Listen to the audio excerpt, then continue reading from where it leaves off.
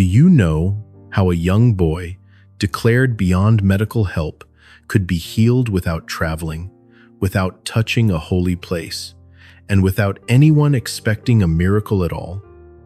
In a quiet home filled with fear and prayer, a simple act was performed in silence. No crowds gathered, no voices cried out, yet something unseen began to change the course of a human life. Sometimes God chooses not noise, but stillness, not spectacle, but trust, not power, but surrender. This is the story of the Lourdes miracle of Henri Busquet. Before beginning, drop an Ave Maria in the comments, like this video, and subscribe for more stories of Our Lady. Don't forget to share it so others may discover this story and be inspired to live holier lives. Chapter 1. A young life standing at the edge of life and death. Henri Busquet was born in 1842 and lived in the small town of Ney, in the Pyrénées-Atlantiques of southern France. His early life unfolded quietly, shaped by family affection, simple routines, and the faith of an ordinary Catholic household. There was nothing remarkable about his childhood. He was simply a local boy growing up in a modest place, unknown beyond his village, unaware that suffering would soon mark his life so deeply. As Henri approached the age of 15, the season when youth normally begins to look outward with strength and expectation, his future took a painful turn. Instead of preparing for work, independence, and adult responsibilities, he found himself increasingly confined by weakness. His energy faded, his movements slowed, and the horizon of his life seemed to narrow. What should have been a threshold of promise became a doorway into uncertainty. The illness first announced itself through a violent and persistent fever. According to the medical knowledge of the mid-19th century, doctors diagnosed it as typhoid, a disease widely feared for its severity and unpredictability. Days passed in exhaustion, with little relief. Henri's strength ebbed away, and his body failed to regain balance. What was expected to resolve instead lingered, leaving behind a young patient who did not truly recover. With the clarity of modern medicine, physicians later judged that this initial fever was more likely the first manifestation of tuberculosis. Yet such understanding was far beyond the reach of Henri's family. They could only observe that the illness did not loosen its grip. Recovery remained incomplete, symptoms persisted, and hope grew fragile. The absence of explanation deepened their anxiety as they faced a sickness whose path remained hidden and threatening. Not long after the fever, a painful abscess formed at the base of Henri's neck. It was the result of a severe, purulent inflammation of the lymph glands. The swelling became visible, tender, and alarming. It marked his body openly, transforming internal illness into a wound that could be seen and feared. What had once been invisible now confronted the family each day with the seriousness of his condition. The infection did not remain confined to his neck. Slowly and relentlessly, it spread toward the right side of his chest. Each passing week left Henri weaker. Breathing became more difficult, movement more exhausting, and pain more constant. His young body, still growing, seemed unable to resist the advance of disease. Those who loved him could see life draining away, quietly but steadily. For 15 long months, Henri and his family lived under the shadow of fear. Doctors offered little hope, treatments failed, and every new symptom felt final. Their home became a place of watchful silence, whispered prayers, and waiting without answers. Humanly speaking, there was no path forward. Standing at the edge between life and death, they could only entrust themselves to God, clinging to hope they could no longer see. Chapter 2. When 19th century medicine reached its limits. As Henri's condition steadily worsened, the doctors were forced to make a difficult decision. Fearing that a permanent fistula would form, they resolved to open the abscess on his neck. In the medical practice of the time, Such an intervention was considered necessary, though dangerous. It was not undertaken with confidence, but with urgency, reflecting both the seriousness of his condition and the narrow options available to physicians in that era. The procedure, however, did not bring the relief that had been hoped for. Instead of halting the disease, it seemed to accelerate it. The wound became more inflamed, pain intensified, and Henri's already weakened body struggled to cope. What was meant to prevent further damage instead introduced new complications. For the family, this moment marked a painful realization that even decisive medical action could not restore their son to health. Hoping that a change of environment might help, Henri was sent for a short stay at Grotto, a mountain town known for its fresh air and therapeutic waters. Such journeys were commonly prescribed for chronic illness in the 19th century. Yet the effort proved too much for him. Travel exhausted his strength, and the treatments offered there brought no improvement. Rather than easing his suffering, the stay only hastened his decline. At the beginning of 1858, Henri's illness entered a new and alarming phase. An enormous septic ulcer appeared at the base of his neck. The wound was open, infected, and impossible to conceal. It caused constant pain and demanded continuous care. Its appearance left little doubt that the disease had reached an advanced stage, one that medical science of the time was ill-equipped to confront. Soon after, additional inflamed lymph glands developed around his neck and spread toward his chest. These swellings were intensely painful and restricted his movement. Breathing became more difficult, rest nearly impossible. Each new inflammation felt like another blow, another sign that the illness was advancing unchecked. The body of a young adolescent, still meant for growth, seemed instead to be yielding under relentless pressure. In the context of the 19th century, such widespread purulent infection was almost always fatal. Antibiotics did not yet exist, and understanding of infectious disease was limited. Once infection spread in this way, doctors could do little beyond easing pain and watching the course of the illness unfold. For families, this stage carried a silent verdict. Recovery was no longer expected, only decline. Eventually, both the physicians and Henri's family reached the same painful conclusion. There were no further treatments to attempt, no remedies left to try. Medicine had exhausted its resources and reached its boundary. Humanly speaking, nothing more could be done. The case was deemed hopeless, and the future closed in darkness. It was precisely here, where human strength ended, that another kind of hope would quietly begin. Chapter 3: Water from the Grotto and a Healing Born in Silence. In the depth of his suffering, Henri Busquet began to speak of Lourdes. News of the apparitions had spread quickly, awakening hope in many hearts. Henri begged his parents to take him there, believing that even being near the grotto might bring comfort. Yet his condition was too fragile. The journey was judged dangerous, perhaps even fatal. With heavy hearts, his parents refused, fearing the road would hasten his death. Still, they did not turn away from hope entirely. Unable to bring their son to Lourdes, they asked a neighbor to make the journey in their place. This simple request carried deep faith.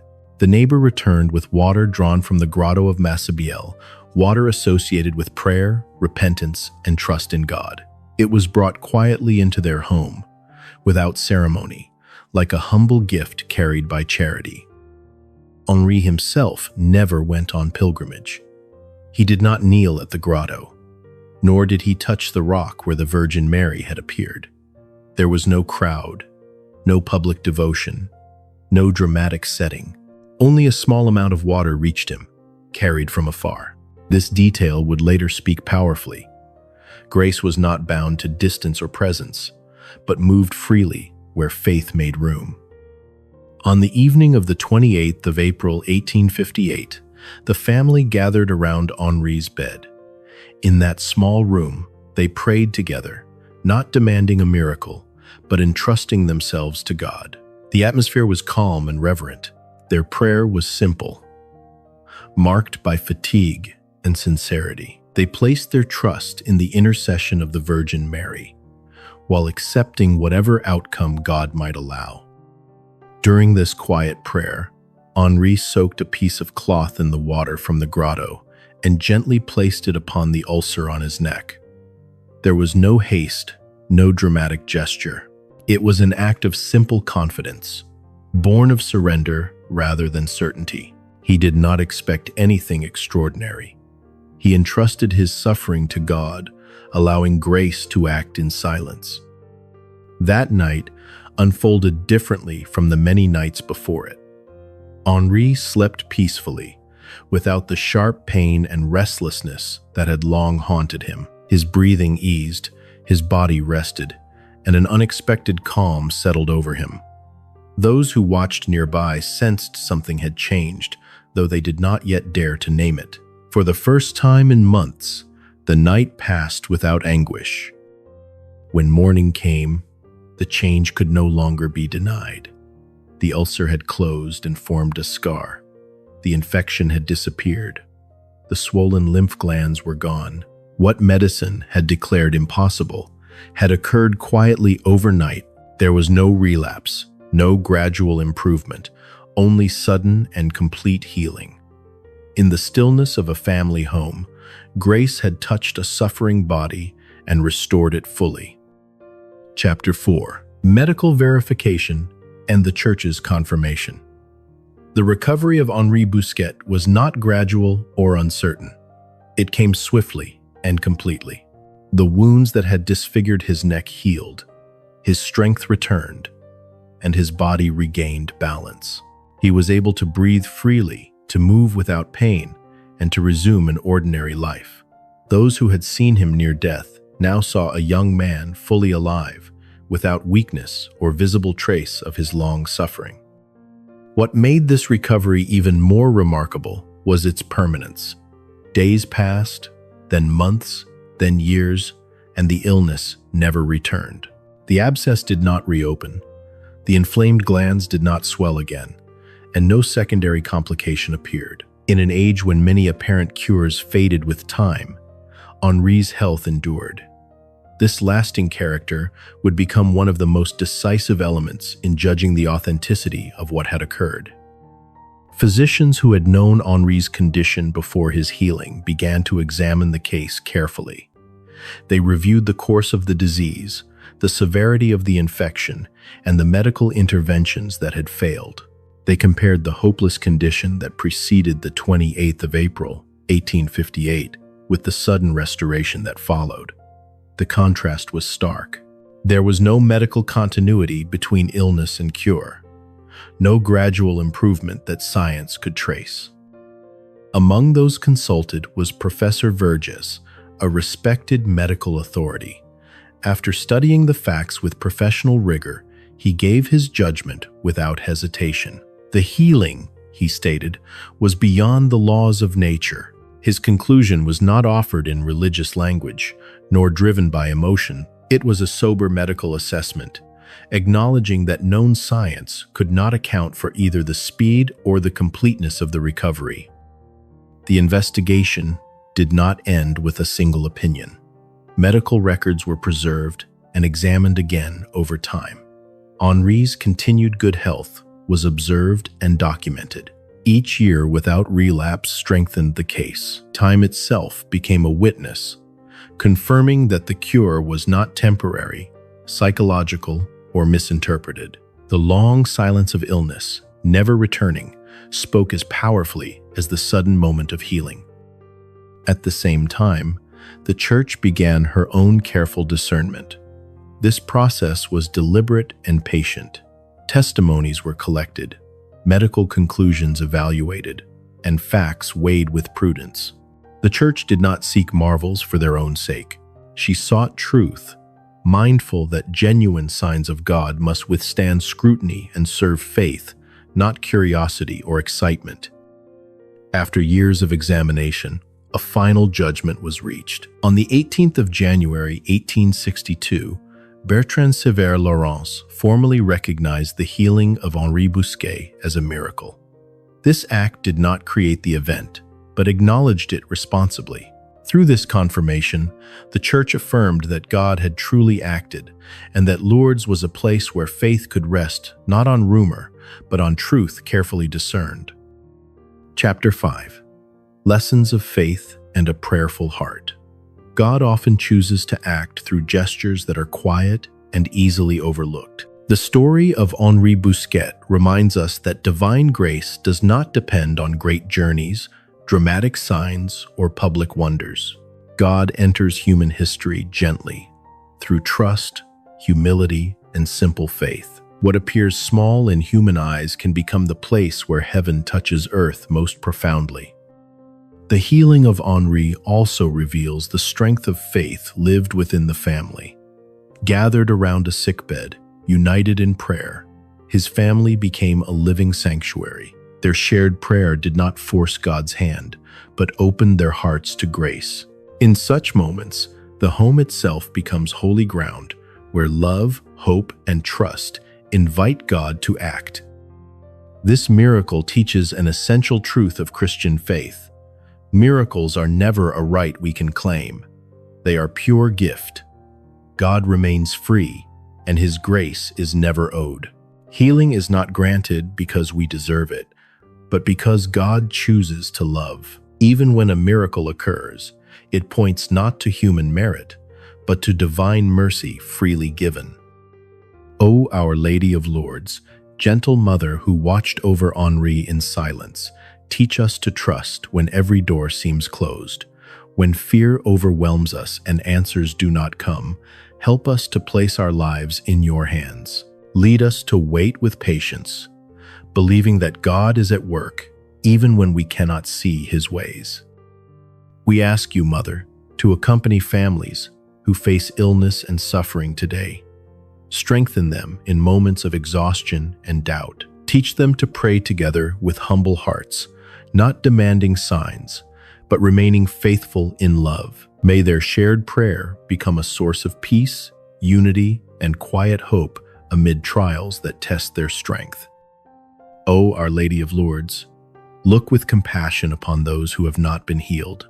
Support them when disappointment weighs heavily on their hearts. Help them discover peace within God's will, even when suffering remains. May they know they are not forgotten, and that their pain is held with tenderness by a loving God. Finally, loving Mother, lead us always to your Son, Jesus Christ. He alone is the true source of healing for body and soul. Whether through recovery or through the grace to endure, may we find life in Him. Teach us to follow Him with faith, trusting that His love never fails, now and forever. Amen.